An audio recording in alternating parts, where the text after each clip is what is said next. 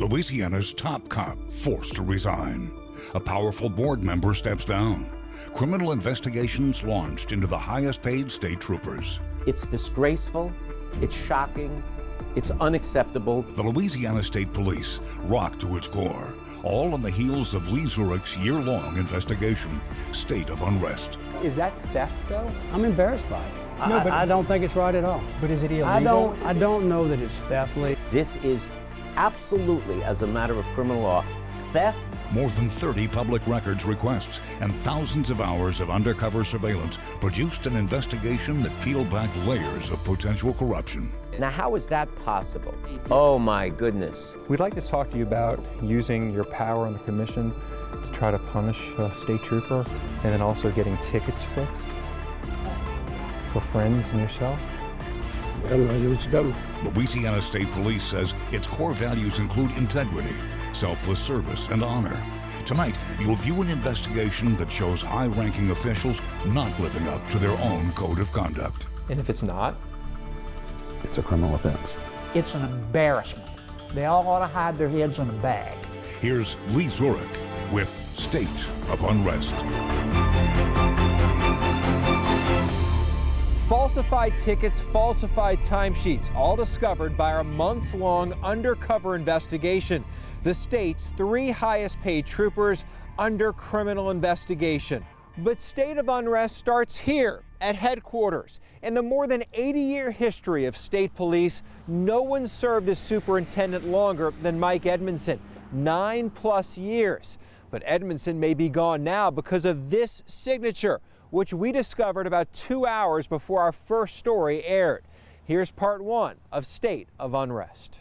The shortest distance between 2 points is a straight line, right? But for 4 employees of Louisiana State Police, the trip from point A to point B comes with a 350-mile detour via Sin City. During the state's budget crunch, Louisiana State Police sent 17 people to a 4-day conference in San Diego for the October 2016 International Association of Chiefs of Police. When you calculate salaries, overtime, meals, flights, and hotels, the total cost comes to around $70,000. But 4 employees' trek out west raises serious questions about an organization where integrity is a core value. State Police sent these 4 employees, Darrell Williams, Rodney Hyatt, Thurman Miller, and Alexander Nezgodinsky, to the conference in a state police vehicle. They drove from Baton Rouge to San Diego. Why did 4 people drive there? We were going to rent a car when we were there.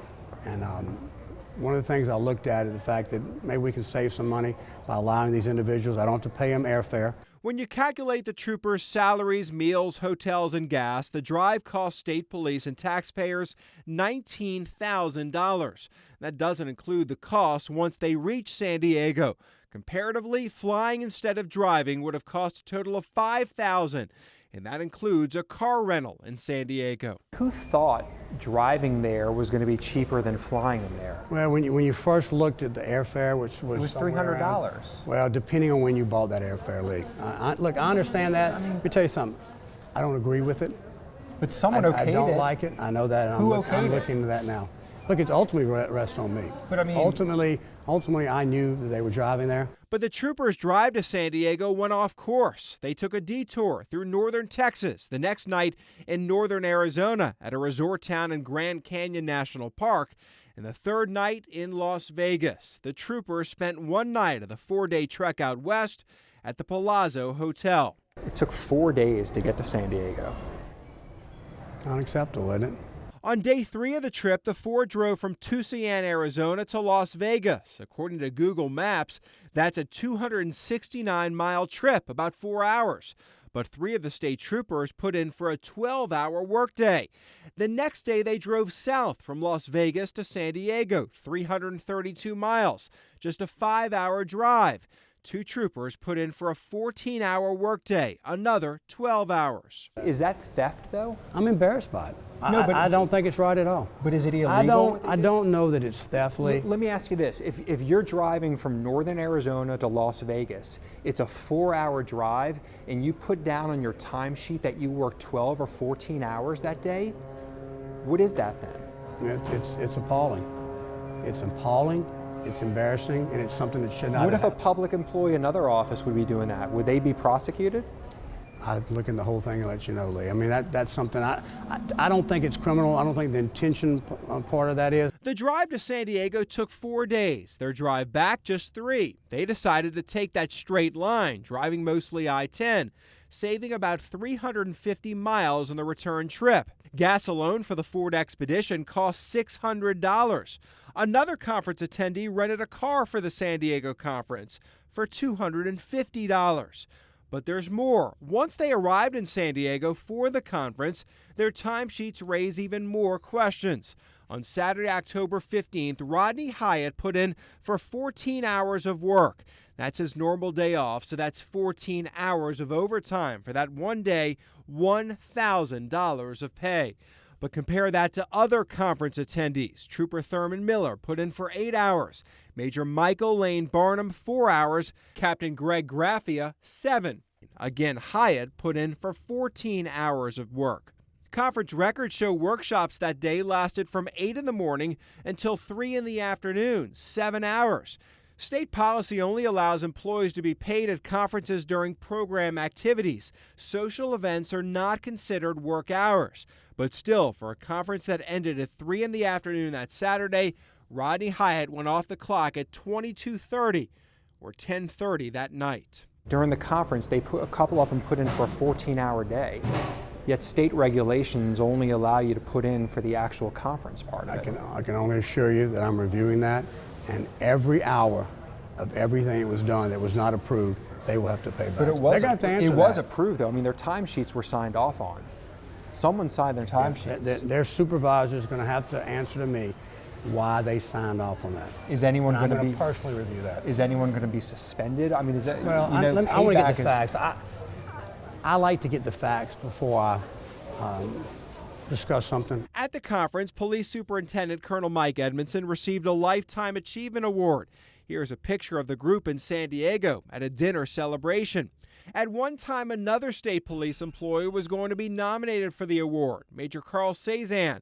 Here's one letter of recommendation for Cezanne that details his dedication to law enforcement. But Cezanne's nomination was never submitted. Edmondson's was.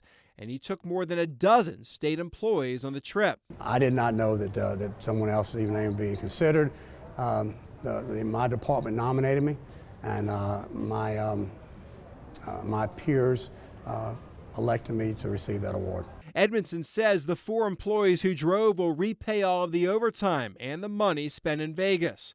One who made the trip, Major Darrell Williams, now heads State Police Internal Affairs. The person you have now in charge of Internal Affairs, who is basically overseeing internally who's doing right, who's doing wrong, right? That's correct. Behaved like this. He's going to have to explain that, Lee. Less than 2 months after this trip, Colonel Mike Edmondson told the state legislature his department was in dire need of 658 additional vehicles. As you know, we went 3 years without making a purchase of a vehicle. That's problematic. Looking at the maintenance cost of a vehicle, that's more than replacement cost. I lost 27 vehicles, fully marked vehicles in the flood. It does raise serious questions about the people who made the decision to drive a state-owned vehicle 4,000 miles and thought that would save taxpayers money. Your state police, your law enforcement. We're not above the law, Lee. I know, but what message does it send when people in law enforcement are behaving like this? It sends a poor message to the public. And as me as a leader of that organization, I'm not going to stand for it. This afternoon, Edmondson released a statement updating the investigation, but emphasizing he learned last week employees traveled through Las Vegas. But that may not be true. Here is a credit card statement for Darrell Williams with charges in Grand Canyon National Park and the Palazzo in Las Vegas. The signature of the supervisor who approved it is unrecognizable. But here's another document for Williams with what appears to be the same signature. And look at the name printed below it, Mike Edmondson, the superintendent of state police.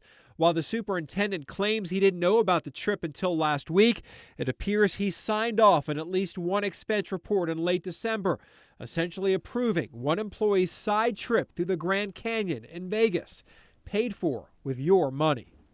The fallout from that story was significant and fast. Senator John Kennedy called for the governor to fire Edmondson. The leadership over there needs to change. It's an embarrassment. They all ought to hide their heads in a bag. Our sources told us the governor gave Edmondson a choice: resign or be fired. Days later, Edmondson stepped down, ending his nearly decade run as state police commissioner. More on some other serious allegations on Edmondson later. After an internal investigation, state police demoted and reprimanded all 4 troopers. They removed Darrell Williams as internal affairs chief. All 4 troopers repaid the money earned and spent on the 4-day road trip. Coming up on State of Unrest. What kind of confidence can you have on your law enforcement officials when they are openly, blatantly, and intentionally violating the law? State troopers making more than $200,000 a year, falsifying timesheets and in some cases tickets. We lay out the findings in our months-long undercover investigation. And later, a ticket in Natchitoches and trying to get it.